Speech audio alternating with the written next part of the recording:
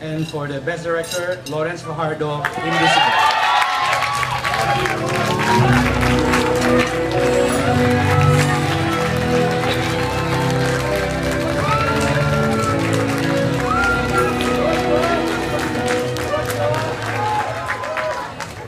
Congratulations po. Ang nag-release sa kategoryang ito ay mag-uwi ng 25,000 pesos mula sa Sinag, Maynila.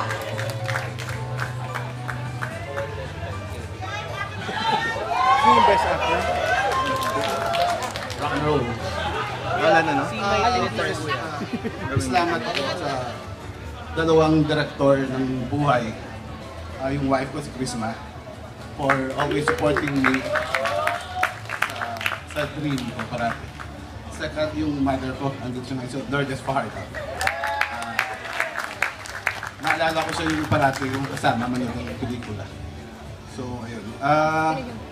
Thank you, Sinag Maynila. Thank you to the jury for believing in my capabilities as a director.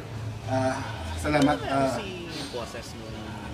Direct Brillante Mendoza sa pag-suporta sa pag-invite sa akin dito sa paggawa ng Invisible.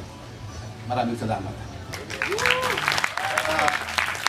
Sa cast ko, si Bernardo Sesquisada, J.M. Guzman, Tito Ricky Davao, si Alan Dizon, J.C. Santos, lahat ng cast ko, salamat sa inyo.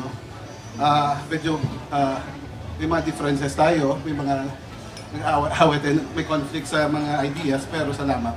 At siyempre, may writer, Herlin and John Medilla, salamat sa inyong dalawa. Salamat at pinagtagpo ko pa kayong dalawa. Salamat po, Sinag Maynila. And once again,